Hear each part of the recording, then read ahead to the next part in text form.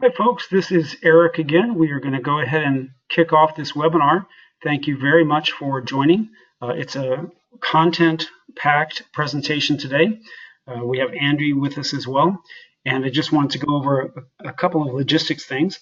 Of course, there is a chat box on the right side, and you can have that at your disposal to ask us questions. We already have a question.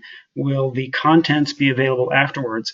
If you click off and don't attend, then no. But yes, we will be happy to send you the slide set and a link to the recording. We are recording the webinar, and we'll be happy to send those to you. You'll get our contact information and so forth. So please do feel free to use that chat widget to ask questions. Either Andy or myself will get those and field those as best we can. If not during the presentation, then certainly at the end. And you also might see that there are a couple of handouts associated on that chat box and that right panel widget. You'll see a thing called handouts, and so you'll have some handouts there. And in addition to those handouts, you might see something in the presentation that you just want, like a flow chart or a graph or something. Please know that Andy and I are very happy to send you the content. We really consider ourselves resources to the building industry far beyond the content that you see today. With that being said, let's go. Andy, over to you. All right, so thanks, Eric, and the TopBuilder Solutions team. I'm a senior account manager over here at groupTwo, and if you're not familiar with us, we're a full-service advertising agency, really specializing, in home builder marketing solutions. We're only in this industry, and we're a second-generation business run by Molly Elkman. Her father, Richard Elkman, had started the company, and we've really been in business for 50 years. And every day we really work with builders of all sizes from around the country, and the goal is to help them communicate with prospective buyers by really getting them to stop thinking like home builders and really start thinking like the buyers they're trying to sell to. And through a lot of different strategies, we're going to talk about that today. Great. And you'll see my picture there. I'm the one that looks like a grandpa. This is Eric with TopBuilder Solutions. We have been in business since 2008, helping builders with an easy, effective, and affordable CRM system. However, I've been in the industry for a couple of decades, and I'm really a solutions and strategic thinker. I like to help builders do a better job and ultimately make more money. And so that's our contact information. You'll see it again, but feel free to take it down there with our phone number and emails. So kicking this off, I like to ask salespeople, especially, or anybody that I'm consulting with, what is your goal? What is your goal in your job role? And the frequent answer is, I want to sell more homes.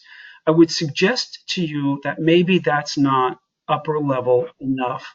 If you think more strategically than that, your goal is not really to sell more homes. Your goal is most likely to make more money. And today's webinar and an online sales program in general is ultimately about making more money. Because if you can make more money by selling less homes or selling homes faster or selling more homes, the goal really would be achieved if you can make more money. So as we go through today, keep in mind that it's really about making more money by selling more homes more quickly and more easily. So there's a ton of content we're going to be covering today. So we broke it down, we thought best, into 5 sections to get everybody, an idea of all the topics we're going to cover. So number 1, what is an online sales program in general, and why do you need one? 2, what are the essential elements of this online sales program, and how can you really make money from it? 3, the marketing and lead generation side. We're going to go over some strategies aimed at driving traffic and leads. 4, CRM system and the must-have features involved with that. And then 5, finally, the online sales counselor best practices. So let's dive into that first section about, what really is an online sales program. Okay. So we all know online marketing really has transformed how homes are bought and sold today. So we also know that over 90% of buyers out there are researching online before making their buying decisions. And then, the last thing we know is that the average buyer is taking a little over 4 months to find their home. So the question becomes, what are they doing during that, 4-month span? Okay. Well, you better believe that they're looking at 10 plus or more sources of information about your company from really all different areas on the internet, including, your very own website. So why are they doing this? Well, they're doing it because they're looking for reasons to rule you out. So whether you know it or not, buyers are either elevating you up their list or, you're being ruled out completely. The harder you make it for them to get information about you, or the more steps involved in finding this information, are all processes that are really that are failing you and affecting your lead generation online. So this is why we're even talking about this today. This is why mastering the art of online lead generation and conversion is the most effective way to increase revenue, while also reducing costs, because it's your biggest opportunity. One thing to remember too is that many of the strategies we'll talk about today, it's never going to be perfect. As a marketer, as a marketer that you're approaching your business, your goal should always be to dive deeper into each of these elements in the program and really uncover how you can improve it, whether that be your website or your sales process or how you're using your CRM. So it needs to be managed and constantly evolving. Okay, so the benefits of having an online sales program, above all else, an online sales program really simplifies things. It'll help you see what's going on and then help you strategize how to best move forward. It's really about using technology to gain traffic, accelerate the sales process through, quick responsiveness, which, then in turn helps you manage the lead better and deliver a better overall customer experience. And then finally, which so many builders out there forget, is taking the time throughout the year to really benchmark and measure the results of what you have running so you can strategically make those changes to, ensure ongoing process improvements. This is one of the reasons why groupTwo and TopBuilder Solutions have so many joint customers or clients, is that we partnered with over so many years because, on the groupTwo side, we're helping builders on that front end to market their brand, generate leads, for which, then these leads are then delivered to a powerful CRM like TopBuilder, which, they can be properly nurtured through the proper follow-up systems and tools that they offer to make this happen. So the general point being, all this goes hand in hand in making a really successful online sales program. Okay. Yeah, thanks, Andy. So let's talk a little bit about the essentials of an online sales program. As Andy said, you got to spend money to get the leads and do some marketing. But then what? You have to have those leads go to either an online sales counselor or walk into your model home or go to your website. And your website, both Andy and I are speaking at the International Builder Show in different presentations. And one of mine is making your website battle ready. And so we'll talk about that because it's really no longer acceptable for it to just be a digital brochure. We'll also talk about the CRM system in very broad terms and the online sales counselor, because there's a lot of little traps and missteps builders can make with the online sales counselor. And we'll look at the online sales workflow and process, because it's not just about that one person, that one online sales counselor. You still have an on-site sales team that's critical as well. However, when you look at an online sales program, and TopBuilder and as a consultant in the industry for years, I have a 2-day sort of online sales counselor boot camp I do for builders. And what I've seen over many years of experience is the most important things on this slide, believe it or not, is that you have a cohesive team working together. They have to be a team working together and positioned that way.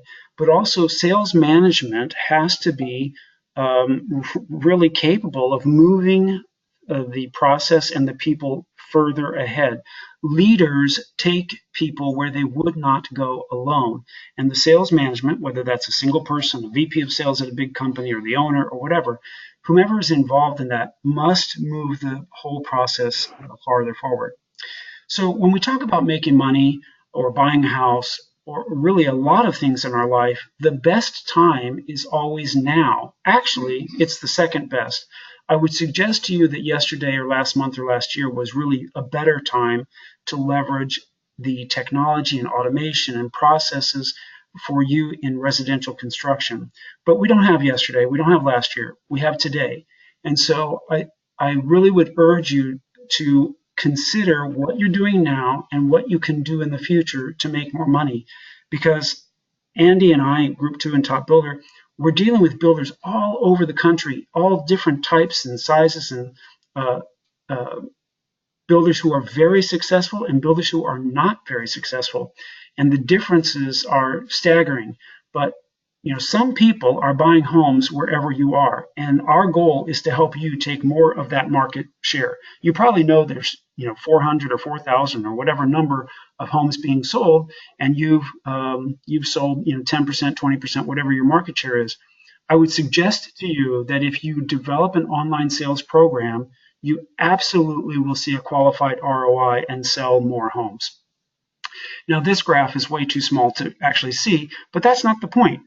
I can send it to you and you can read it, but it's really what your salespeople are doing today anyway. Leads come in from the BDX or Zillow or Facebook or wherever, and then you're managing those leads, and hopefully you're running campaigns, and some fall by the wayside and some come on site, some take a second tour, be back, and ultimately you sell them a home. And then those leads could be engaged after the sale for warranty campaigns, customer referral campaigns, surveys, whatever. If you're asking yourself as a single person or your sales team to do all of this manually, I don't think you really realize the gravity of the situation, because we're talking about thousands, hundred thousands, and millions of dollars. Bob Schultz and I were talking to a builder in Pacific Northwest who have a need for a lot of processes, and we came to the conclusion with them that they were missing $14 to $15 million. Now, even if you're making $100 million, $14 million is still a lot of money. So you really simply cannot expect yourself or your team to do this via spreadsheets, Outlook, whatever kind of manual processes you've got. If you can leverage automation, all of this becomes very easy. And we feel, Andy and I feel, that technology is really the salesperson's best friend. And by salesperson, that could be on-site or online sales counselor, either way. Exactly. So let's talk about that front end part, about marketing and lead generation. Let's talk about getting these people in the pipeline here. And I'll preface this with, there's going to be a ton of strategies out there. And if we went over every single one of them, we'd be here all day. So I want to try to focus today on narrowing some of the more effective ones we've seen builders around the country use that are, targeted, sensible, and sometimes cost effective. So all with the goal of showing up to the right audience and showing up with the right message.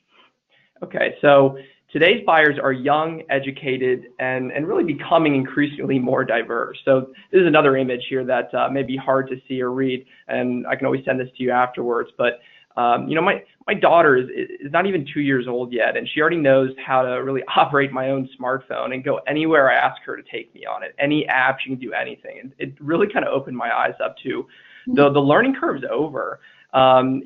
Technology we're fully immersed in this digital world, and your buyers really demand that you offer them all the information on your site while also giving them an easy and friendly user experience. I know this graphic is hard, but I can send it to you.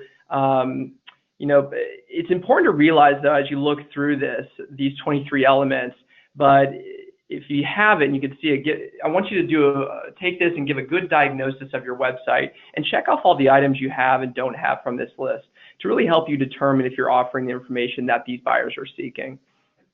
Okay, so like I said earlier, we're not going to go too far in depth about all the digital strategy, and we're going to try to keep this very high level. Let's go to the next slide here. But I want to just quickly run through some of the most effective strategies. Number one is paid search, like AdWords. So this continues to be a top driver. So our recommendation here is making sure you're managing these campaigns effectively. Make sure you're tracking conversions from people who clicked on the ad and filled out a contact form, and then using this to manage your budget and improve the campaign structures on a weekly basis. This is not a strategy that you should just throw up and let run for the whole year. So I see builders making that mistake all the time. They think there's no weekly maintenance involved. So it does require that maintenance to see what keywords are working and what aren't.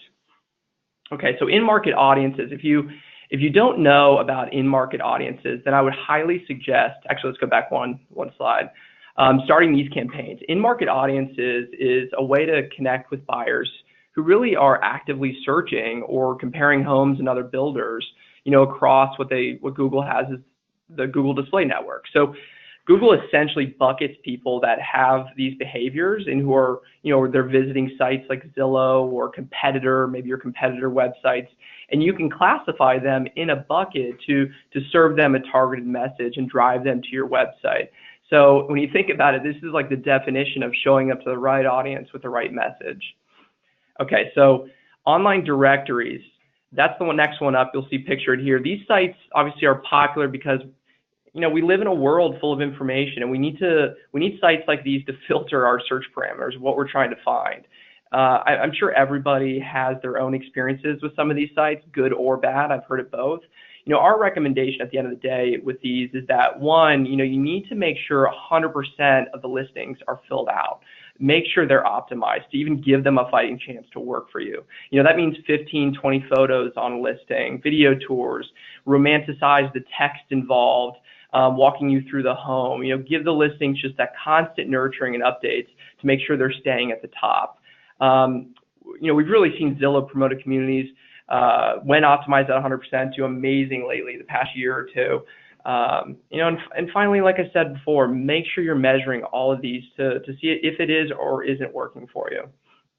Okay, so I'm going to keep this high level, but everyone listening should know that there are some great, really advanced targeting options that are pretty new to the industry that are available out there to reach buyers on a whole new level. So there's such things out there now as IP targeting, where you can target buyers' IP addresses and deliver a display ad with a specific message. There's geofencing, where you can decide on a location and serve ads to the digital devices located in that location. And this can work great if, for example, maybe you're opening a new first-time buyer or starter community, and there's a few rental complexes right down the street where you can serve an effective ad showing the financial advantages of owning versus renting. It's such an easy message to deliver, and will drive some great traffic.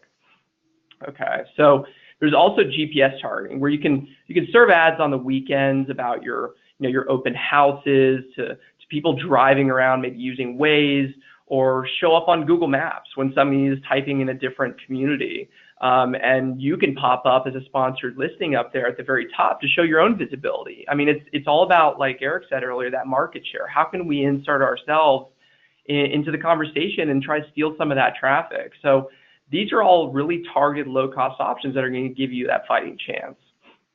Okay, and that's, again, just scratching the surface.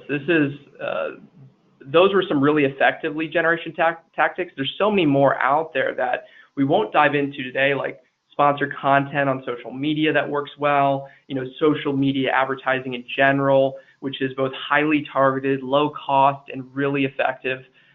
Builders are selling homes off Facebook every week. So, if you're still one of those skeptics about Facebook as a lead driver, then you really should revisit the messaging and the targeting to make sure it's really being done right. And then lastly, targeted e-blasts and remarketing to get these prospects back to your site, back in the funnel, and allowing you to follow up in as many different ways as possible. So that, in its simplest form, are really kind of the marketing strategies that I would recommend you focus in on and the biggest opportunities for you. But once you get all of this online traffic and all this, the dollars you're putting into this, and it's driving those on-site appointments, how do you implement?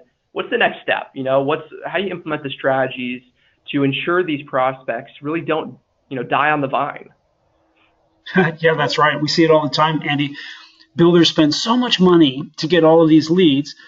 Some of them are suspects, some of them are prospects, some of them are pretty qualified prospects. And then they're expecting their people to just, make phone calls and sell them. Well, there is an adage that a lot of us are familiar with. If you always do what you've always done, you're always going to get what you always got.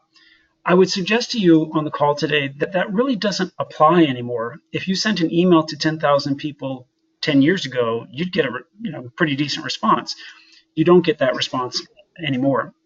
And so When we talk about CRM systems, and I do some gap analysis and all this, work for builders, and I go through what they feel that they want, a lot of them, the smart ones, will say, okay, give me one thing that my CRM system has to absolutely have.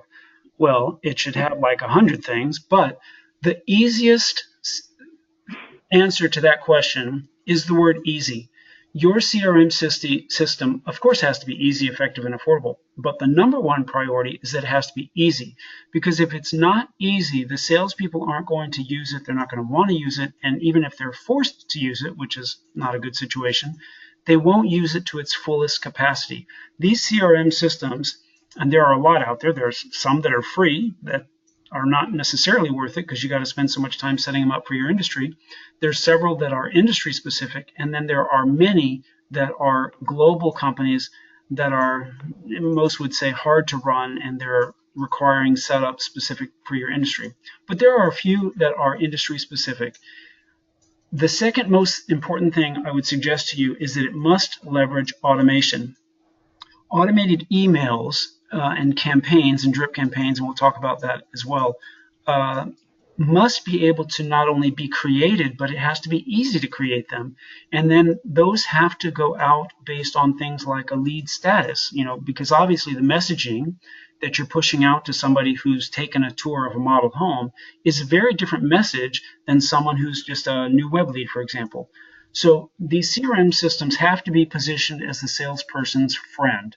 And you'll see a lot of things here. Call me if you want to talk more about these details, because really there are many, many things it must have for you to leverage it for profitability. More on the essentials in terms of the online sales counselor. I said earlier that it all relates back to money. What is your number one goal? It's not really to sell more homes. It's to make more money by selling more homes more quickly, more easily, etc. So the online sales counselor is a critical part of the entire online sales program. There are many builders who have an online sales program, but they're making the on-site sales agents manage the leads. So there's a lot of different ways to handle this. Both Andy and I can talk to you about some best practices because we know the builders that are successful around the country and how they are doing some things. One of the things he touched on was critically important, and that is, I want to just mention the customer buying journey for 2018 and beyond is different than the customer buying journey of even a few years ago. When they walk on site to your model home, that's good, but you really could have gotten to them much more farther upstream than that, because for every person that walks on site, there's some number that don't even give you the time of day. They're off to your competitor or looking at pre-owned inventory or whatever. So one of the major benefits of an online sales counselor is to capture and engage that person as quickly as possible. We live in a society where the microwave doesn't heat our coffee up fast enough, right? So people are expecting rapid response, and that's why you'll see an increase in text messaging, both on the part of the online sales counselor and the on-site sales agents. If I drive up to a home at, 7 o'clock at night, you're gone, you're at home, probably eating dinner, and so I want some information. There's no reason I can't text a message and either get an automatic response with something or get a personal response from a salesperson if that salesperson, wants to engage at that time of day. What we really want the online sales counselor to do is part of a larger push to make it easier and faster to engage, so that you take two-step processes and make them one-step processes. For example, if I call and leave a message, then you have to have someone call me back. Well, really, I could call a phone number and get a recording. If I go to your website and fill out a contact us form, which obviously you should have, then I have to wait to get something. Hopefully, that's some sort of automation email coming right back to me. But we want to make these two-step processes become one-step processes. And the slower you respond, the more likely they are to deposition you, even if that's not fair. If you want more information about these online sales counselor essentials, just give me a call. As I mentioned, we've got a 2-day boot camp on it, and it is in-depth and fast-paced, kind of like this presentation. This workflow is showing the back and forth that goes between the on-site and the online sales counselors. Now, this may be too small for you to see. Of course, I'll send it to you. But there is some best practices. For example, what happens if I'm the online sales counselor? I make an appointment for Mr. and Mrs. Smith to see Sally Jones Saturday at 10 a.m., but guess what? They don't show up. So the on-site sales agent, do they keep it and contact them, or do they revert it back to the OSC? So there's this workflow and best practices that are all part of an online sales counselor. The online sales counselor is just one part of your online sales program. And a lot of builders, they really like this kind of flow chart because it sort of spells out what is expected between the on-site sales agent and the online sales consultant. Really, they're working as a team, right? You've got to get your team on board before you onboard the team. And so all of this has to be worked out before that first phone call comes into an OSC. In terms of hiring an OSC, every step of the way in the entire online sales program, there are ways that builders can do a better job, and instead of learning from mistakes, learn from best practices. And that's our goal, Andy and I, our goal today for you. When you're hiring an online sales counselor, like hiring anybody else, you can hire for attitude and train for skills. If you don't have the right attitude, or if they're going to work from home, maybe they're part-time, and their birds are screeching in the background, these people are the face of your company. So they need to be positioned correctly, whether it's full-time or part-time, whether it's working out of your main corporate office or their home or whatever. You have to put some thought into this because they are the face of the company. And I would suggest to you that, because I hear it all the time, oh, we only sell 30 homes a year, we don't have enough money for an OSC. Oh, yes, you do.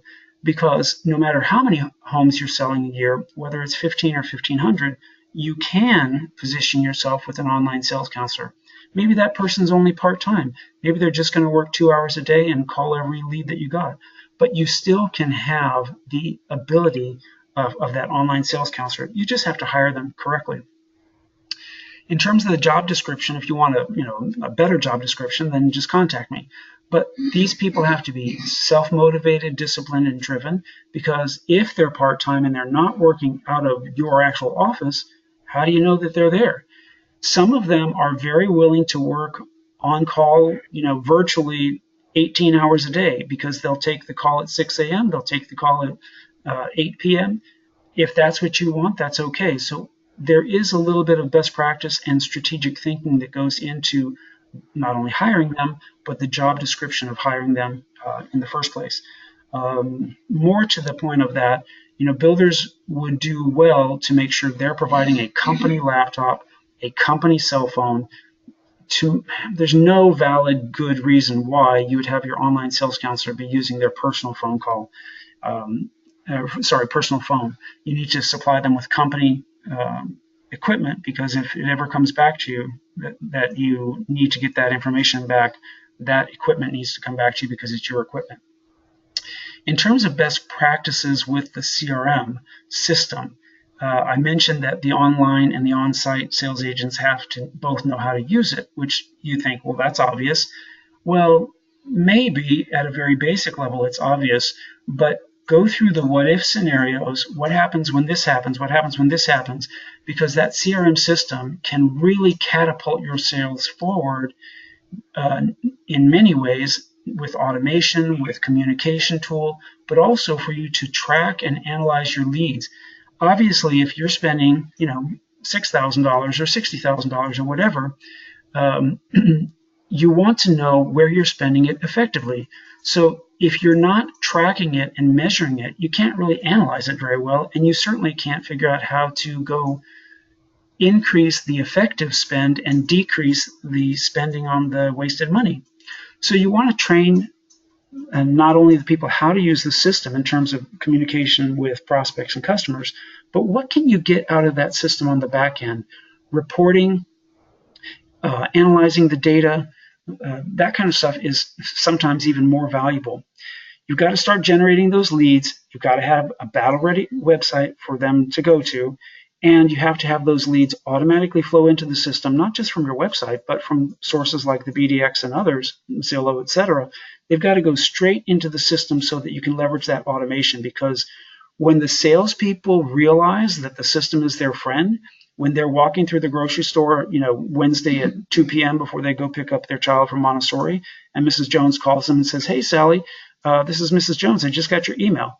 Well, Sally knows she's in the grocery store. She didn't just send them an email, but the customer recognizes the communication. And so then the salesperson is standing there going, wow, this stuff really works. Like I'm, on my day off.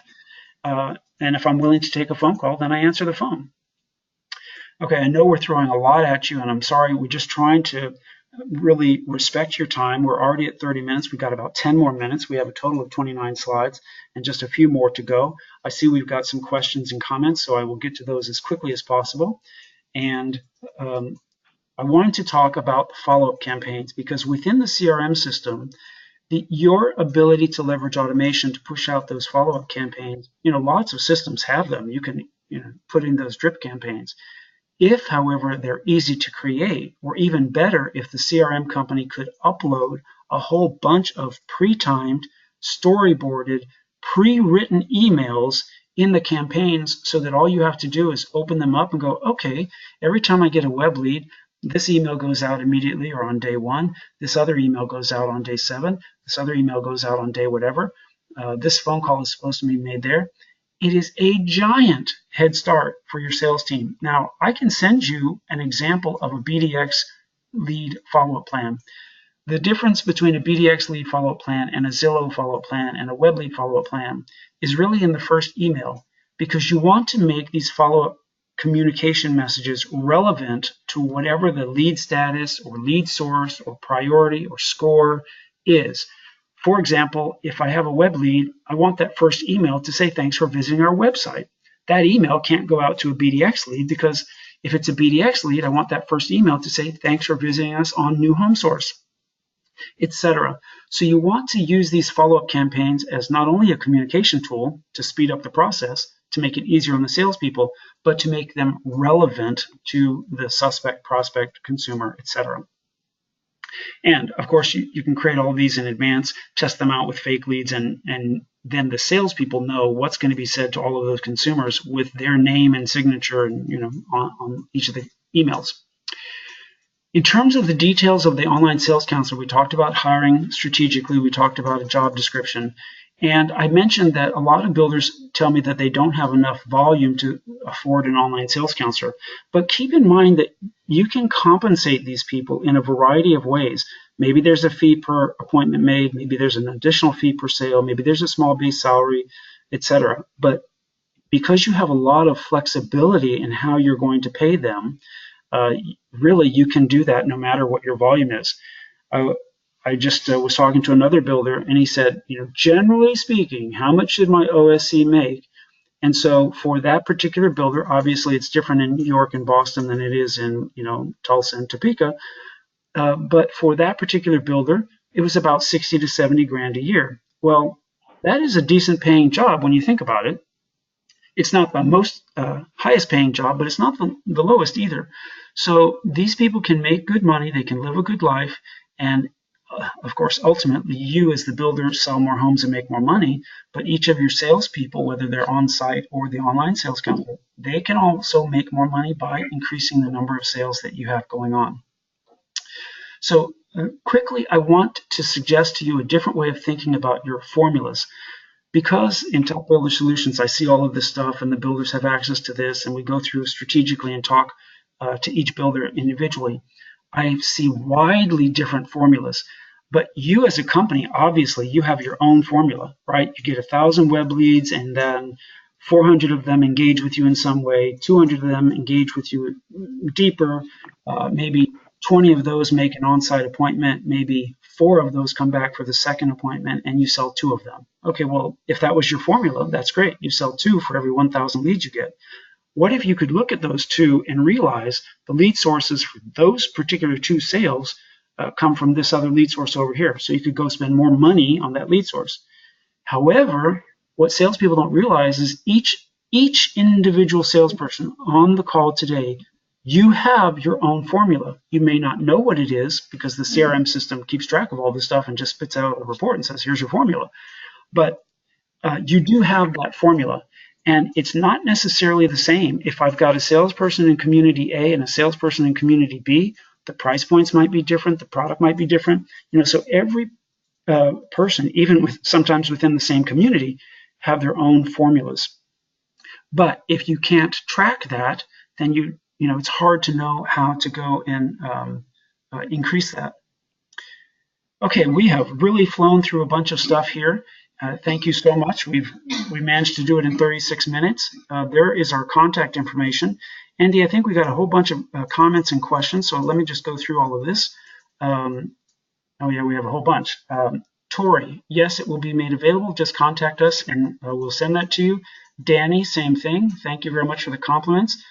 Tamara, got it. We'll take care of that. I'm sorry, that was a person named Eric. There's a bunch of these here. We'll send that to you, Eric. Danny, yes. Elaine has a question. What do you recommend as to the frequency of drip emails? This is a great question. It is a little bit different in terms of the lead's status and lead source and where they are in the day in the life of. For example, with a new web lead, you could have a drip campaign go for a year. Now, the salesperson is not going to keep calling them after 2, 3, or 4 times, but it costs you nothing to send them emails. I remember David Weekley. I worked with him years ago. He was kind of one of the first early adopters of technology and so forth. If you signed up for a David Weekley email, you'd get that email for a long, long time. And he's a successful builder, and there are many successful builders. I could name all kinds of names. But the point is that one builder might say, oh, for 3 emails, I'm done. Well, you can do that, but there's no reason why you can't send them an email. And you want to, generally speaking, taper it off. So immediately or day 1, they get the first email. And then day 3 or 4 or maybe 5, they get the second email. And then space it 7 days, 10 days, to where they're getting an email from you every 30 days. So, more emails initially, because that's when they're hot leads. But there's no reason you can't stay in touch with them long term after that. Hopefully that answers your question. If not, contact me and we'll talk more about it. Thank you. Yes, Jim, we will. And Amy, we will absolutely send you the flowchart. I have a couple more questions. So that's the flowchart. The boot camp. Yes, the boot camp is a 2-day thing because I know there are companies, maybe even on the call today, that will help you in a much deeper hand-holding approach with over 6 months or a year or whatever. If that's what you want, that's great. We just feel that for builders today, when you've got so much technology, so much training, so much knowledge, that in 2 days we can provide you a tremendous amount of content and basically do the heavy lifting, that thrust of getting the airplane off the ground for you in 2 days. So call me and I'll send you a graph of everything that is included in that 2-day thing. This next question is for you, Andy. It says, how much should I budget on marketing based on the number of homes? I guess she means the number of homes that they sell a year. I'm not quite sure. Yeah. Yeah. So I can give you some insight there. So that's a great question. A marketing budget is really never final and can always be adjusted. But to start, you should really aim at falling around that 1%. Most builders are in that 0.7 to 1.5% of projected revenue for that following year. So you take that percentage, and that should be your marketing budget in terms of trying to reach those goals. So, if you have goals to sell more homes, then you need the advertising, the web development, and the content investment to get you there. So it doesn't just magically happen. So you got to invest in it. Good. This next one is, if I just double my marketing budget, why doesn't that necessarily translate to doubling my sales? Well, it could. I'm sure Andy has some content on this too, but just because you double your budget doesn't mean you double your sales, because there's probably some money, of course I don't know your situation, there's probably some money that you're spending that's not so very effective, and there's probably money that you're spending that's very effective. So rather than doubling your budget, I would double my budget on the stuff that's effective. And that way you will spend less money and get the same benefit. Your thoughts on that? Exactly. If you're conversion tracking and you're doing a lot of this online and digital strategies effectively, like your website should have conversion tracking software and tools from Google. So, whether it's a Zillow lead or an AdWords lead or a social media lead, it's going to ding, and you're going to know in your analytics if somebody clicked on that ad and came and filled out a form on your website. Not to mention, you'll know hopefully during the traffic registration process as well. So nowadays it's more of a science. I mean, you can prove these ROIs and the cost per leads, and you need to. What we find is just 90% of builders aren't doing it or don't know it's possible. So it is possible to bring a lot more leads with a little bit more money. You just got to double down, like Eric said, on the stuff that is working and taking away from the stuff that isn't to make sure you're running a lean operation. Yeah, so Jane on the call, yes, thank you so much for joining. I certainly will. We have another question sort of related to the last one, which is why are I'm paraphrasing. I'm not getting much from a certain lead source. I don't want to say that lead source. I'm not getting much from that lead source. And so, whether that lead source is Zillow, Facebook, Trulia, BDX, I mean, there's a lot of them, right? If you particularly are not getting what you feel is a benefit from that particular lead source, there could be a lot of reasons. It might be your branding, your positioning, your marketing, your messaging. If you're spending money on, a particular ad, are you spending $25, $2,500? I don't know. So there's a lot that goes into it. So for that particular lead source that you mentioned, and I won't mention the name, we see the same thing. At TopBuilder Solutions, we see builders say, I don't get any leads from that lead source. And conversely, 20 miles away, there's another builder who thinks it's the greatest lead source they've ever had. So there are some differences, but ultimately it may, I don't know your situation. It may not be the lead source that's the issue. I do see how builders will have a campaign running for one lead source and do the same campaign on the other lead source, but it doesn't really target the same demographics. I don't know if we can make a general statement that says, everybody in a certain age range goes to Facebook, but they don't go to Zillow or vice versa or whatever. So I would suggest that you give Andy a call and talk to him about what you're doing. One of the reasons I like working with Andy and Molly and groupTwo, not only do we have so many customers together because it's a perfect sort of synergistic approach, right? They help with the branding, positioning, lead generation, marketing, and then TopBuilder Solutions manages the leads. But the reason I like them is, just like me, Andy and Molly will take your call. They'll give you their perspective, whether it has to do with what they're selling or not. I get calls all the time for people who want to know the best scheduling software. Okay, well, let's have a conversation. So just like you're trying to build the relationship with your consumers and prospects, we're just doing the same thing. As content and subject matter experts, we're just trying to build a relationship. So don't hesitate to reach out to us. But as I said, both of us, you'll see us at IBS. groupTwo will have space in the Sales Central. TopBuilder Solutions has a booth. Both Andy and I have speaking engagements there. So we hope to see you there.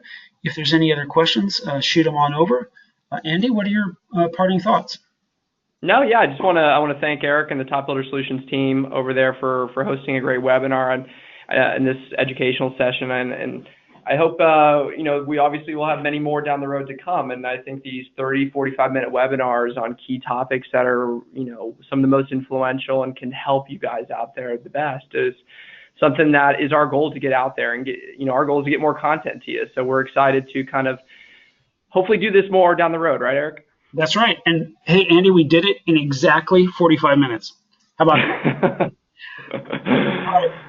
that? Folks, thank you very, very much. Both Andy and I look forward to speaking with you soon. We hope you enjoyed the webinar, and we appreciate you being on and spending some time with us today. Thanks so much. Thanks, everybody. Have a good rest of the day.